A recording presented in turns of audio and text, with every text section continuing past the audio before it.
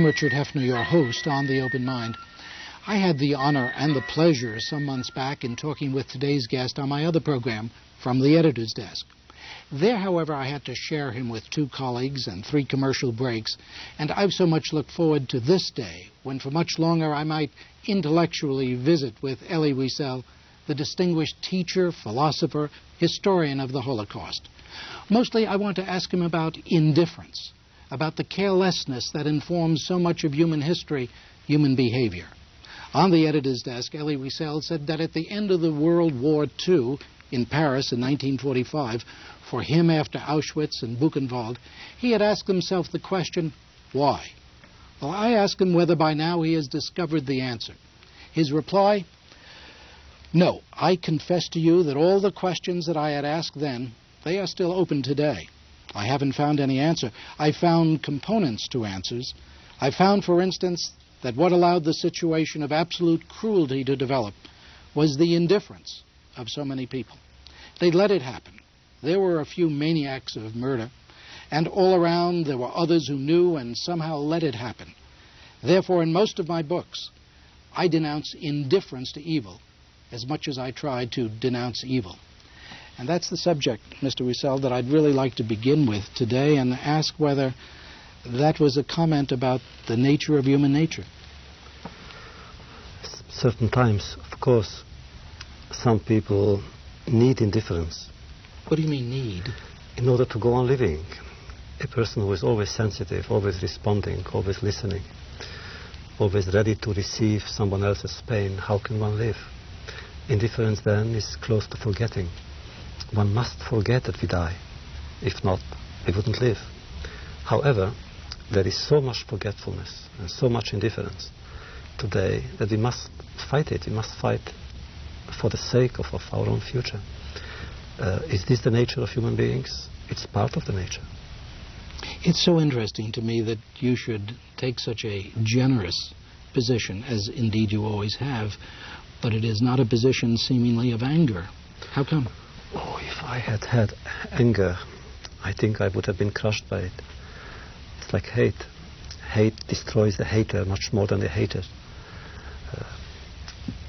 There were so many reasons after the war and since the war for people such as myself to develop anger and to arm anger that it makes no sense. It makes no sense, but it is human. It's also human to fight anger. So I have to choose between 2 options of humanity, and I would rather choose this one. Mind you, if I had felt that it would lead me somewhere, it would give me an answer, it would give humanity an answer, maybe I would have tried it. But maybe it's because of my own weakness. I was afraid of anger. But I never felt hate, nor have I ever felt real anger. In The Fifth Son, the newest volume, the newest novel, I should say, the newest volume actually is the compilation of Night, Dawn, and Day that the B'nai B'rith put out. In the novel, The Fifth Son, there seems also to be that conflict. I shouldn't say also, you haven't stated a conflict, but there seemed to be a conflict. Oh, there is a conflict. Of course there is a conflict.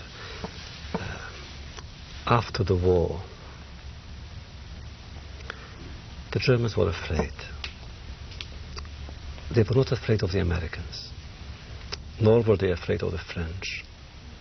Of the Russians, yes, but above all, they were afraid of the Jews. Somehow they felt that the Jews would come back and avenge the blood that was shed. And it didn't happen. It didn't happen. There were Jews in Germany in the DP camps, and there were no acts of vengeance. There was no killing. I remember 1945, when the war ended for me. April 11, the Americans came into Buchenwald. I was terribly weak and sick and alone and desperate and numb. We hadn't eaten for so many days. And since April 5th, we were close to death, literally, because the Germans were trying to evacuate the camp, and they would take out 10,000 people a day, ship them off to the unknown. And for some reason, really, I don't know why, we, the children's block, remained behind. Then the Americans came in, and I remember there were some Russian war prisoners. They seized American jeeps, and they ran into the neighboring town of Weimar, and they did commit acts of vengeance. As for my friends and myself, there were the Americans there. I'll never forget these Americans, because I remember there were some black soldiers, and these were the first black soldiers I had seen in my whole life. And they were crying. They were crying with such anger. They were angry at the killers much more than we were. And they were throwing whatever they had, the K-rations and bread and chocolate, and we didn't know what they were. What we wanted to do first, before eating, is to have a religious service. And we had a religious service. So instead of going and commit acts of anger and wrath and blood and bloodshed, we prayed to a God who had abandoned us. To this day, I don't understand why we did it.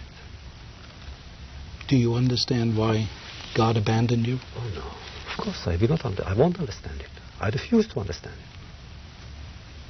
And why do you say you refuse to understand it? There can be no reason.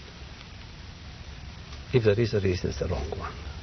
You mean then that God did not abandon you? I think he did. I don't know why. In terms then of what you felt and what you say so many Jews in the camps did feel, how do you relate that to the attitudes of contemporary Israel, to the Palestinians, for instance, to people Israel considers her enemies?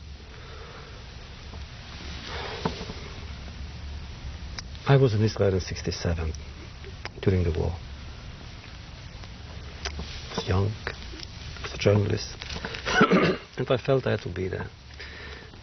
I felt I had to be there because the 3 weeks preceding the war, maybe you remember, were of such intensity. We were all convinced that Israel would lose the war. And therefore I went there. And I will not forget, I don't want to forget, the human way in which the Israeli soldiers treated the enemies. They were crying. I was in the desert and I saw how Israeli soldiers gave their water to the Egyptians. There is no hate in the Israeli soldier. That was true in 1967. Do you think it's true today? I think it's true today as well, with some exceptions.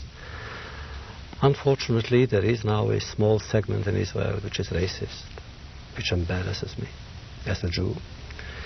I don't know whether they and I belong to the same people, whether they and I claim kinship with the same tradition. Judaism cannot be racist. I believe the Jewish tradition is one of compassion, must be one of compassion. But it's not Israel. It's a small segment in Israel. Israel as such, I believe, is still human and humanely inspired. Mr. Wiesel, there are reports that that segment, though small, is getting larger and larger. Do you feel that those reports are accurate, though hateful perhaps, but accurate? I don't know. I have not been to Israel for a year or so I don't know. I hope they are not. And if they are, I hope that they are only a passing mood. It would be a terrible blow to not only to Israel as the political entity that it is, but to the history of Israel. To have lived 3,500 years and to come to that conclusion, that we have to try racism and there is no other option than violence, and to see in everyone else an enemy, that is not Judaism. Do you think that perhaps Israel's relation to the United States might be fostering that in so many